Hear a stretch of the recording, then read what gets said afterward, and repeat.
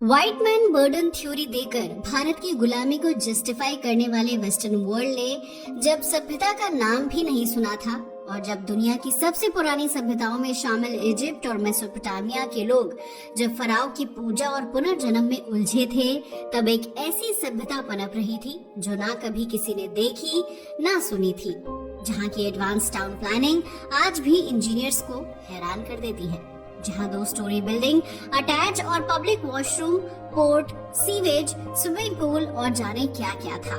मगर सबसे ज्यादा हैरानी की बात ये थी कि ये सभ्यता पनप रही थी उस देश में जिसे वेस्टर्न वर्ल्ड सपेरे और मदारियों का देश कहकर डिग्रेड करने की कोशिश करता था। हमें यकीन है अब तक आप समझ गए होंगे कि आखिर हम बात किसकी कर रहे हैं। हम बात कर रहे हैं दुनिया की सबसे एडवांस और scientific civilisation, Indus valley civilisation की। आखिर क्या है ये पूरा मामला और कैसे भारत में दुनिया की सबसे एडवांस सिविलाइजेशन का जन्म हुआ, बताएंगे। मगर उसके लिए आपको हमारी वीडियो को एंड तक देखना होगा। चलिए शुरू करते हैं। एंशिएंट सिविलाइजेशंस की बात हो और हड़प्पा सभ्यता का जिक्र न आए, ऐसा तो हो ही नहीं सकता। ये एक ऐसी सभ्यता थी जिसका राइज एंड फॉल दोनों ही किसी रहस्य से कम नहीं है। ऐसा इसलिए क्योंकि इस सभ्यता ने अर्बनिज्म, साइंस एंड आर्किटेक्चर के ऐसे स्टैंडर्ड एस्टैब्लिश किए जो आज भी इंजीनियर्स के लिए हैरानी का विषय बने हुए हैं। लेकिन उससे भी ज्यादा हैरान करने वाला है वो सच जो इस सभ्यता के राइज से जुड़ा हुआ है कि आखिर सपेरों और मदारियों के देश कहे जाने वाले भारत में इतनी एक्सीलेंट सिविलाइजेशन का जन्म हुआ तो हुआ कैसे? क्या अंग्रेजों का कहना सच है कि ये सभ्यता भारतीय थी ही नहीं, बल्कि इसे तो मेसोपोटामिया से आए लोगों ने बसाया था? या फिर सच है बाल गंगाधर तिलक की बात कि ध्रुवीय प्रदेशों से आने वाले लोगों ने इस सभ्यता की नींव भारत में रखी थी? या कहीं ऐसा तो नहीं कि आर्य ही थे इस सभ्यता के जनक? मगर अफसोस आज भी इतनी प्रगति के बावजूद कोई इस नतीजे तक नहीं पहुंच पाया है कि आखिर ये सभ्यता दुनिया में आई तो आई कैसे। हालांकि चाहे जो भी हो, हर किसी की अपनी व्याख्या है, मगर दावे के साथ आज तक ये नहीं कहा जा सकता कि हड़प्पा सभ्यता आखिर अस्तित्व में आई तो आई कैसे। वैसे अगर हड़प्पा सभ्यता की बात की जाए तो सबसे पहले हड़प्पा को खोजा गया था, इसलिए इस सभ्यता को हड़प्पा सभ्यता कहा जाता है। साथ ही ये सिंधु नदी के किनारे बसी थी, इसलिए इसे इंडस वैली सिविलाइजेशन भी कहते हैं। अब तक इस सभ्यता के 1022 से ज्यादा स्थलों की खोज हो चुकी है। आपको जानकर हैरानी होगी कि इसके 406 से ज्यादा स्थल तो पाकिस्तान में है, जबकि 616 भारत में है। हालांकि ये सभ्यता इतनी बड़ी थी कि इतने साल बाद भी इसकी पूरी खोज नहीं हो पाई। न जाने आज भी धरती के गर्भ में कितने सारे हड़प्पा, मोहनजोदड़ो, शुतकांगडोर जैसे नगर दबे हुए हैं जो कभी न कभी बाहर जरूर आ जाएंगे। खैर, ये तो एक अलग बात हो गई। फिलहाल हम सिंधु घाटी सभ्यता पर वापस आते हैं।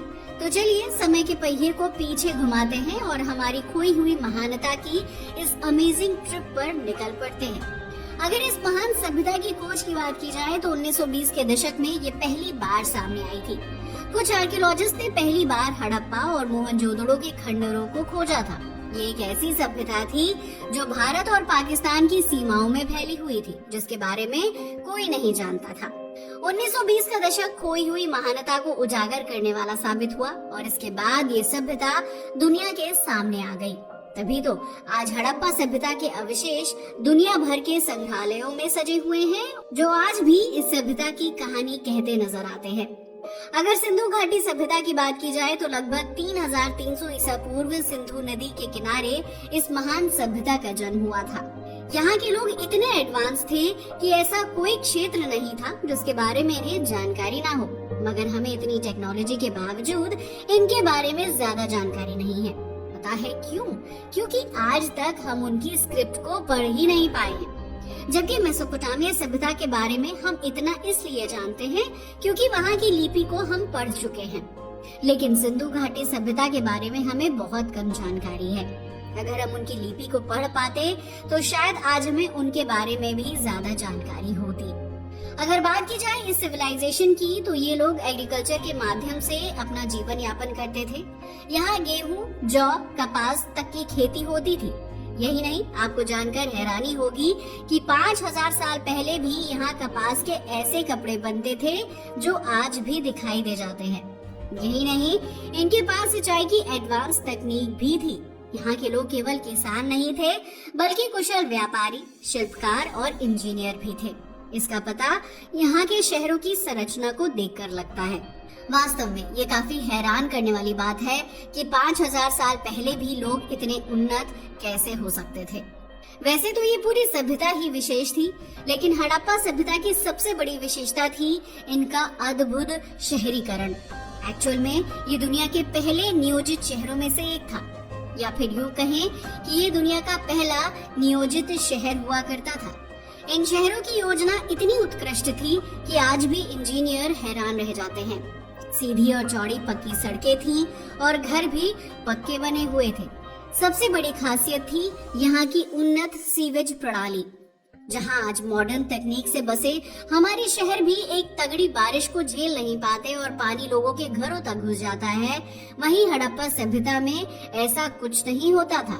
5000 साल पहले भी पानी की निकासी इतनी बेहतरीन थी कि कई आधुनिक शहर उनके सामने आज भी फीके पड़ जाते हैं। यही नहीं, ये लोग इतने हाइजीनिक थे कि उनके खुद के घर में प्राइवेट वेल एंड बाथरूम तक हुआ करता था, जिससे पता चलता है कि ये लोग साफ सफाई और स्वास्थ्य पर कितना ध्यान देते थे। मगर सोचने वाली बात है कि इतने पुराने समय में भी ये लोग इतने समृद्ध कैसे थे। आखिर इतने उन्नत शहरों को बसाने के लिए उनके पास पैसा आया तो आया कहाँ से? तो हम आपको बता दें कि उस दौर में भारत इंटरनेशनल ट्रेड का रूट हुआ करता था। आप जानकर हैरान रह जाएंगे कि हड़प्पा सभ्यता केवल भारत तक सीमित नहीं थी, बल्कि उनके इंटरनेशनल ट्रेड रिलेशंस मेसोपोटामिया और मिस्र जैसी बड़ी बड़ी सभ्यताओं के साथ थे। एक्चुअल में इन सभी विदेशी बाजारों तक पहुंचने का रास्ता सिंधु घाटी से ही गुजरता था, जहां पर वो कीमती पत्थर, तांबा, सोना और कपास तक का व्यापार करते थे। यही नहीं, हड़प्पा के व्यापारियों ने व्यापार की कई नई नई पद्धतियों का भी आविष्कार किया था। जहां हड़प्पा के बहुत साल बाद आने वाले वैदिक काल में सिक्के और मुद्राएं देखने को भी नहीं मिलती थी, वहीं हड़प्पा सभ्यता के व्यापारियों ने ट्रेडिंग रूल्स को बहुत ही समझदारी से लागू किया था। इसका परिणाम आज भी उनकी मुद्रा और मोहरें देती हुई नजर आती हैं। इन्हें देखकर लगता है कि सिंधु घाटी के लोग ग्लोबल ट्रेड के संस्थापक थे। मगर चाहे आज की बात हो या प्राचीन काल की, कोई भी सभ्यता बिना किसी धर्म और संस्कृति के तो चल ही नहीं सकती।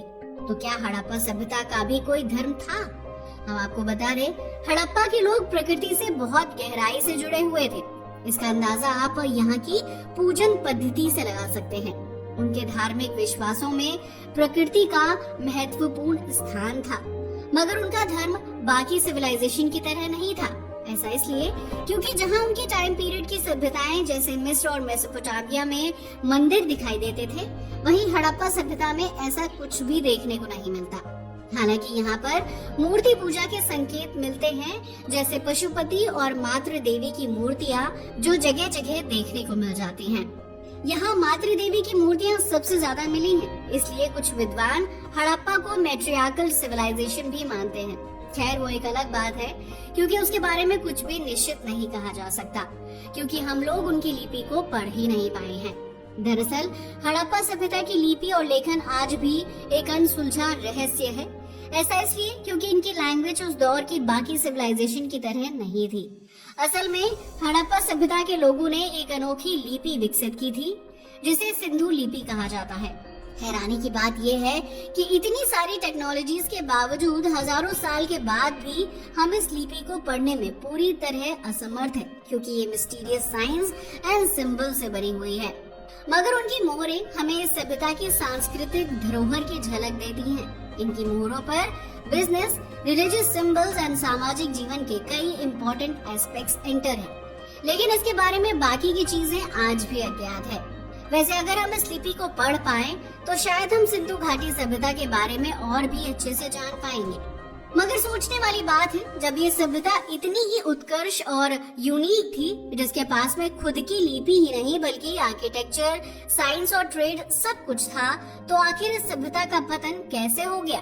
वास्तव में आज तक भी ये सबसे बड़ा सवाल बना हुआ है कि ऐसी महान सभ्यता का अंत कैसे हुआ। सोचने वाली बात है कि क्या ये सभ्यता किसी प्राकृतिक आपदा का शिकार बन गई थी, या फिर कोई युद्ध हुआ था, या किसी दूसरे देश ने इस सभ्यता पर आक्रमण करके इसका विनाश किया था।